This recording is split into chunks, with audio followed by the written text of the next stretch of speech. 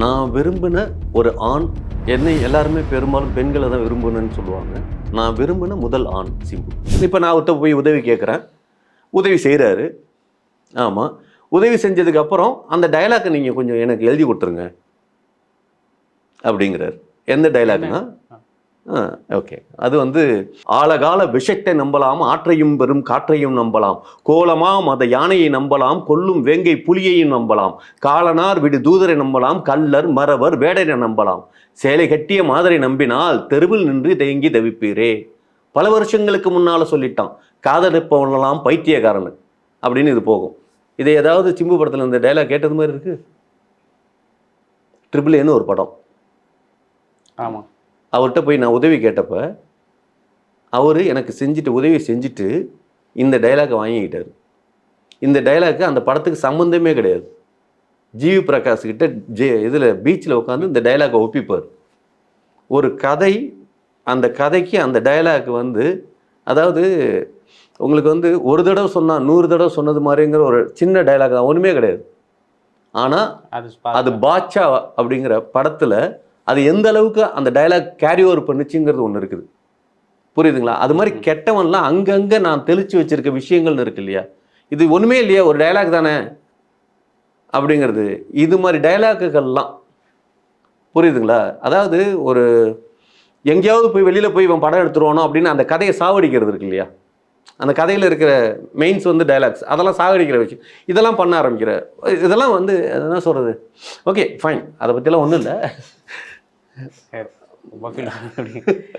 சரி, நீங்கள் அதுக்கடுத்து நீங்கள் ஓகே, நீங்கள் கதை கேட்டீங்க, அந்த டைலாக்கும் உங்களோட தான் சொல்கிறீங்க. அதை எடுத்து நீங்கள் கோர்ட்டில் ஒரு மேல்முறையீடு பண்ணியிருக்கலாமே நீங்கள்? இல்லை, நான் வந்து டைரக்டர்ஸ் யூனியன் வரைக்கும் நான் கம்ப்ளைண்ட்லாம் கொடுத்து பார்த்தேன். இங்கே வந்து நான் ஏன் வந்து ஒரு வெக்ஸாக யாருமே சப்போர்ட் பண்ண மாட்டாங்க. பேசிக்காக ஒரு விஷயம் நல்லா தெரிஞ்சுக்கோங்க. நீங்கள் வந்து இருக்குன்றீங்களா? இருக்குது அது எல்லா இடத்துலையுமே எல்லாமே. நீங்கள் வந்து நீங்கள் தனிப்பட்ட முறையில் நீங்கள் வின்னராக இருந்தால் மட்டும்தான் நீங்கள் வந்து உங்களுக்கு வந்து எல்லோரும் பின்னால் வந்து நிற்பாங்க. ஒரு சிவகார்த்திகேயன், புரியுதுங்களா, ஒரு காமெடியனா, ஒரு தனிப்பட்ட தனுஷுக்கு என்டர்டெயின்மெண்ட்டாக இருந்தார். அதே தனுஷ் வந்து பின்னால் வந்து இப்படி ஒரு சிவகார்த்திகேயன் இப்படி ஒரு வளர்ச்சி இருக்குங்கிறது முன்னாடியே தனுஷுக்கு தெரிஞ்சிருந்தால் தனுஷ் வளர்த்து விட்ருப்பாரா? நான் உன்னை வளர்த்து விட்றேன்னு சொல்லுவாங்களே, வளர்த்து விட்றவங்க எல்லாருமே அப்படி யாருமே கிடையாது. இண்டஸ்ட்ரியில் அப்படி யாருமே கிடையாது, வாய்ப்பு கொடுக்க மாட்டாங்க. எனக்கு தெரிஞ்ச ஒரே ஒரு ப்ரொடியூசர் ஆர்பி சௌத்ரி சார். கிட்டத்தட்ட 99 ஃபிலிம்ஸ் கிட்டத்தட்ட எடுத்திருக்காங்க. கிட்டத்தட்ட 49 புது இயக்குனர்களுக்கு வாய்ப்பு கொடுத்துருக்காங்க. இந்த புதுசாக இருக்கிறவங்களுக்கு வாய்ப்பு கொடுக்குறாங்களே அப்படிங்கிறது பின்னால் அவங்களுக்கு என்னென்னா, நம்ம பணம் போடுறோம், பணம் சம்பாதிக்கிறோம், அதான் நம்ம வேலை.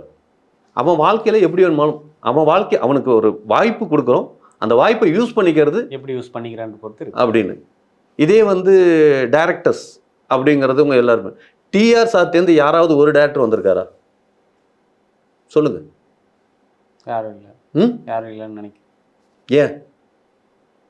நிறைய விஷயங்கள் இருக்குங்க, புரியுதுங்களா? அதாவது நிறையா, எங்கள் அம்மா வந்து ரொம்ப கஷ்டப்பட்டேன்னா, நாங்கள் வந்து ராஜ பரம்பரை குடும்பம் கிடையாது, புரியுதுங்களா? ரொம்ப ஏழ்மைப்பட்ட குடும்பங்கள் தான். விவசாயம் தான் எங்களுக்கு வந்து என்ன சொல்கிறது, ஆடு மாடு மேய்ச்சி அந்த மாதிரி தான் போடுற குடும்பத்தை சேர்ந்தவங்க தான் நாங்களாம்.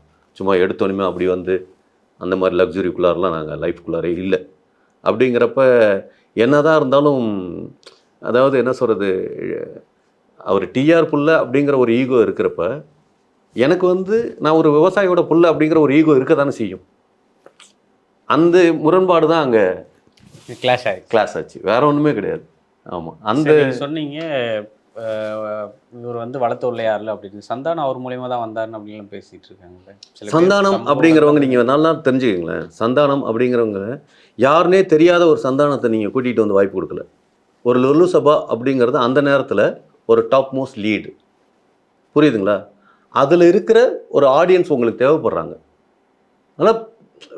நல்லா திருப்பி நல்லா, யாருமே இந்த உலகத்தில் யாருமே ஃப்ரீங்கிற ஒரு இது கிடையாதுங்க. யாருமே உங்களுக்கு ஃப்ரீயாக கொடுக்குறாங்க அப்படின்னா அது ஃப்ரீன்னு நினைக்காதீங்க. பின்னால் ஒரு எதிர்பார்ப்பு இருக்கும், புரியுதுங்களா? இந்த உலகத்தில் அப்படி ஒரு சம்பவமே கிடையாது. முதல்ல வாழ்க்கை புரிதல்கள், உதவி அப்படின்னம்னா, சும்மா யாரோ ஒருத்தருக்கு நம்ம உதவி பண்ணுறோம் அப்படின்னா கூட பிச்சைக்காரனுக்கு நம்ம ஏன் காசு போடுறோம்? ஏதாவது ஒரு புண்ணியம் கிடைக்குங்கிற நம்பிக்கையில். அவன் பசிக்குது அப்படின்றதுக்காக போடல. புரியுதுங்களா? அது பசிக்குதேன்னு நம்ம போட்டால் கூட நமக்கு என்ன கிடைக்குது அதில்? புண்ணியம் செய்கிறவங்க தான் இங்கே தானம் பண்ணுறோம். புரியுது புரியுது. இது வந்து நான் அந்த அளவுக்குலாம் ஃபிலாசபியெல்லாம் நமக்கு அந்த அளவுக்குலாம் நாலேஜ் கிடையாது. இருந்தாலும் வாழ்வியலை நம்ம பார்க்குறப்ப இதுதான் வாழ்க்கை. அப்போ யதார்த்தமாக வாழ்கிறதுக்கு என்ன பண்ணணும் அப்படிங்கிறப்ப நீயா இரு. சார் நீங்கள் அந்த கதையை எடுத்துகிட்டு அடுத்த கட்ட கதாநாயகனையோ வேற ஒரு ப்ரொடியூசரையோ அப்படி நீங்கள் ஏன் தேடி போகல? இல்லை, எல்லார்கிட்டையும் நான் போய் பார்க்காத ஆட்கள் கிடையாது. நான் வந்து எல்லார்கிட்டையுமே நான் போயிருக்கேன். என்ன இண்டஸ்ட்ரியில் பெரியசாக தெரியாதவங்க கிடையாது. எல்லாருக்குமே என்னை தெரியும். எல்லார்கிட்டையுமே நான் போயிருக்கேன், முயற்சி பண்ணியிருக்கேன். ரெண்டாவது, அந்த கதையை தூக்கிக்கிட்டு போகிறதுங்கிறது அது சரியல்ல. ஏன்னா அவங்க படம் எடுத்து நிப்பாட்டப்பட்ட ஒரு கதை. அது 1000 தான் அவங்க கதைன்னு சொல்லிக்கிட்டாலும் அது என் கதை அப்படின்னாலும் என் கதைனால அவங்களுக்கு ஒரு நஷ்டத்தை ஏற்படுத்தி நான் போய் நிற்க முடியாது. என்னைக்கு இருந்தாலும் அந்த படம் ரீஸ்டார்ட் ஆகலாம், ஒரு நம்பிக்கை. என்னைக்கு இருந்தாலும் மறுபடியும் அந்த படத்தை எடுக்கலாம். ஏன்னா சிம்புக்கு நமக்கும் வந்து என்ன சொல்கிறது, சினிமாவில் அஜித் சொல்லியிருப்பார், நிரந்தர எதிரியும் அல்ல நிரந்தர நண்பன் அல்ல. ஏன்னா அது உங்கள் அம்மா எங்கள் அம்மா இல்லை சினிமா அப்படின்னு அஜித். இந்த ப்ராவர்பு வந்து ரொம்ப பொருத்தமாக இருக்கும் சினிமாவில். ஆமாம், சினிமாவில் வந்து இல்லை, அரசியல்லையும் அது மாதிரி தான். அதனால வந்து என்னைக்கு வேணுமாலும் நாங்கள் அப்போ கெட்டவனை எதிர்பார்க்கலாம் மறுபடியும். தெரியாது, அதுதான் சொல்கிறேன்ல.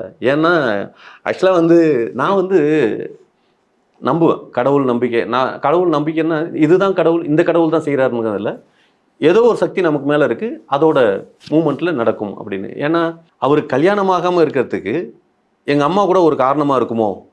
எப்படி சொல்கிறீங்க? ஏன்னா என் வாழ்க்கையை கெடுத்தவனுக்கு வம்சம் இருக்கக்கூடாதுன்னு சொல்லி கோயிலில் சீட்டு எழுதி கட்டினாங்க. தெரியாது. ஏன்னா நான் வந்து அவங்க சீட்டு எழுதி கட்டினது எத்தனையோ வருடங்களுக்கு முன்னால். ஆனால் இன்ன வரைக்கும் இவர் கல்யாணம் ஆகாமல் இருக்கார். கம்பேரிசன் பண்ணுறப்ப ஒருவேளை அப்போதான் இருக்குமோ? ஒருவேளை நமக்கு படம் கொடுத்து நம்ம படம் நடந்துருச்சுன்னா ஒருவேளை அவர் கல்யாணம் ஆயிருமோ? தெரியாது. ஒரு மூட நம்பிக்கையில் வாழ்வோம் இல்லையா? மனிதனுங்கிறதே நாளைய வாழ்க்கைங்கிறது நம்பிக்கையில் தானே. ஆமாம், தெரியாது எதை நோக்கி எங்கே பயணம் போகுதுன்னு யாராலையும் சொல்ல முடியாது. அதாவது நீங்கள் நல்லா ஒன்று தெரிஞ்சுக்கலாம், காலையில் நம்ம வந்து கடையில் போய் பூரி சாப்பிடுவோன்னு ஆசைப்படுவோம். பூரி கிடைக்குமா? கிடைக்காது, அந்த டைமில் கிடைக்கும். பூரிக்கு கிழங்கு வச்சு சாப்பிட்டா தான் அந்த டேஸ்ட்டே இருக்கும். கிழங்கு இல்லைங்க, சாம்பார் தான் இருக்கும்பா, இல்லாட்டினா வடகறி இருக்கும்பா. அப்போ நம்ம தலையில் அன்னைக்கு பூரி சாப்பிடக்கூடாதுன்னு இருக்குங்கிறத நம்ம புரிஞ்சுக்கணும். நான் வந்து உடனே ரொம்ப ஆன்மீகம் இந்த இதில், அதாவது நம்ம பிளானில் நம்ம வாழ்க்கை இல்லைங்க எனக்கு தெரிஞ்சு. கடவுள் நம்பிக்கையில் கடவுள் போட்ட பிளான் தெரியல, அது கடவுள்னு சொல்ல முடியாது. நான் கடவுளுங்க பேர் வச்சு அதை பூசி மொழிவி உடனே நான் ஒரு ஜக்கி வாசுதேவ் அப்படின்லாம் சொல்கிறதுக்கெலாம் இல்லை, அதுக்கு ஒரு பேர் கொடுக்க விரும்பலை. ஆனால் நமக்கு தெரியாத விஷயங்கள் நடந்துகிட்டு இருக்குது.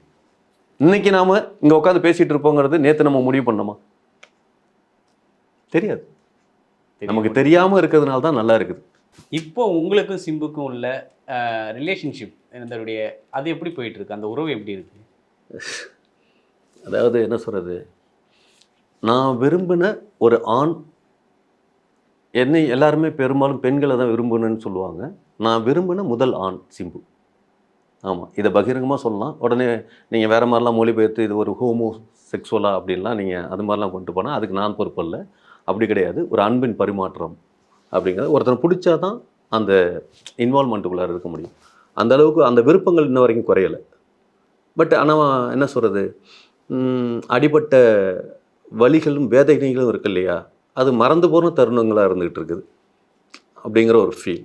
மற்றபடி எப்போ வேணுமாலும் நாங்கள் அன்று போல் தான் என்றும் அந்த உறவில் இருக்கீங்க. இல்லை, முன்னாடி மாதிரி ஒரு கம்யூனிகேஷனுக்குள்ளார இப்போ இல்லை. இப்போ கொஞ்சம் சில வருடங்களாக வந்து கம்யூனிகேட்டில் இல்லை. ஆமாம், பட் பார்த்தா பேசிக்குவோம். இப்போ அடுத்த கட்ட உங்களுடைய நடவடிக்கை கடைசியாக இப்போ நான் வந்து ஆக்சுவலாக வந்து என்ன சொல்கிறது, நான் பெரும்பாலும் இப்போ வந்து ஒரு சின்ன படம் பண்ணேன். ஒரு 2020 வந்து டே நைட்னு ஒரு படம் பண்ணேன். அது யூடியூப்பில் வந்து 7 லாங்குவேஜில் இருக்குது. ஆமாம், அந்த படம் வந்து ஒரு தேட்ரிக்கலாக தோல்வி. ஓகே. பட் யூடியூப்பில் வந்து ஒரு 7 லாங்குவேஜில் இருக்கிறது வெற்றி. Okay okay. ஆமாம், இப்போ ஒரு படம் பண்ணியிருக்கேன். அந்த படத்தோட போஸ்ட் ப்ரொடக்ஷன்ஸ் போயிட்டுருக்கு. ஆஸ் ஃபார் டைரக்டராக நான் ஜெயிக்க போகிறேனா அப்படிங்கிறதெல்லாம் எனக்கு தெரியல. அதனால் நடிக்கிறதுக்கான மூமெண்ட்ஸ் நடத்திக்கிட்டு இருக்கேன். Okay okay. ஆமாம், ஏன்னா ஒரு டைரக்டருங்கிறப்ப ஈஸியாக எனக்கு நடிக்க வருங்கிற நம்பிக்கை, ஏன்னா எல்லாருக்கும் நடிக்க சொல்லி கொடுக்குறோங்கிற இடத்துல எல்லாம் இருக்கிறதுனால இப்போக்கி வந்து நான் பேசிக்காக மியூசிக்கல் ஸ்டூடெண்ட். Music college. ஆமாம், நான் படித்ததெல்லாம் ஆமா சமயத்துல இதை கேட்கலன்னு நினைச்சேன். உங்க கெட்டவனுடைய பாட்டுலாம் இப்போ அந்த அப்பவே நல்லா வைரல் ஆச்சு. நல்ல ஒரு சாங்ஸ் எல்லாரும் ஒரு கேட்குற மாதிரியோ, அது அப்புறம் நிறைய இதெல்லாம் மியூசிக் அதுக்கு யுவன் சங்கர் ராஜா மியூசிக். யுவன் சங்கர். ஆமாம், ஆண்டனி எடிட்டர். ஓகே. ஆமாம், அது ஒரு நல்ல டீம். அந்த நேரத்தில் வந்து நல்ல ஒரு பெரிய காம்போ. பாடலாசிரியர் பாடலாசிரியர் வந்து ஆல்மோஸ்ட் வந்து அந்த டைமில் வந்து ஒரு டம்மி வேர்ட்ஸ் தான் போட்டு எழுதியிருந்தோம். ஓகே. ஆமாம், அந்த டைமில் வந்து சிம்பு இது எல்லாம் டீமாக தான், ஒரே ஒருத்தர் அப்படின்லாம் ஒருத்தருக்குன்னு சொந்தம் கொண்டாடுற. இப்போ இருக்கிறனால நெல்சன். ஓகே. ஆமாம், அவன் வரைக்கும் அந்த படத்தில் ஒர்க் பண்ணி. ஆமாம், ஒர்க் பண்ணோம். உங்களுக்கு ஏடியாவா? அதாவது நாங்கள் எல்லாம் சிம்புக்கிட்ட ஏடியா ஒர்க் பண்ணோம். Okay okay. அது வல்ல நாங்கள் ஏடியா ஒர்க் பண்ணோம். அடுத்தாப்புல அந்த டீம்லாம் உள்ளார அப்படியே கெட்டவனில் ட்ராவல் பண்ண ஒரு டீம். அதனால் அவங்கவுங்க இன்புட்னு இருக்கு இல்லையா? Okay okay. அவங்கவுங்க சில வார்த்தைகள் இதெல்லாம். அதனால் அது அதாவது ஒரு பாடலாசிரியர் ஹையர் பண்ணுறதுக்கு முன்னால் செஞ்சு வச்சு இந்த விஷயங்கள் தான். இது நெல்சன் வந்து இதுக்கு முன்னாடி அவரும் ஏதோ ஒரு படம். ஆமாம், நாம் வந்து கெட்டவன் ட்ராப் அவுட் பண்ணது மாதிரி அவனுக்கு வந்து வேட்டை மன்னன்கிறது ட்ராப் அவுட் ஆச்சு அவனுக்கு. ஓகே. அவனும் என்ன சொல்கிறது, அவன் வேற ஒரு பேட்டர்ன் ஸ்கில் உள்ள. அவருக்கு இதே ப்ராப்ளம் தானா தெரியாது. அது அதை நான் சொல்ல விரும்பலை. தெரிஞ்சாலும் இல்லை என்னை பற்றி கேட்டீங்க, என் கதைகளை நான் சொன்னேன். ஆமாம், அது வந்து அவங்க கதையை சொல்கிறதுக்கு எனக்கு அருகதை கிடையாது. Okay sir. ஆமாம், அது தப்பு. ஓகே சார், ரொம்ப நன்றி சார். ஓகே, தேங்க்யூ ஃபார் இவ்வளோ நேரம் எங்களுக்கு வந்து நேரத்தை ஒதுக்கி இவ்வளோ நேரம் உங்களுடைய கருத்துக்களையும் உங்களுடைய வேதனைகளையும் உங்களுடைய முயற்சிகளையும் பலவற்றையும் நீங்கள் பகிர்ந்துட்டீங்க. பார்ப்போம் சார், விரைவில் நீங்களும் ஒரு வெற்றி இயக்குனராக மீண்டும் நம்ம சந்திப்போம். கண்டிப்பாக அதுக்கான வாய்ப்பு இருக்குதுன்னு நினைக்கிறேன். பார்ப்போம் சார். ரொம்ப நன்றி சார். தேங்க்யூ.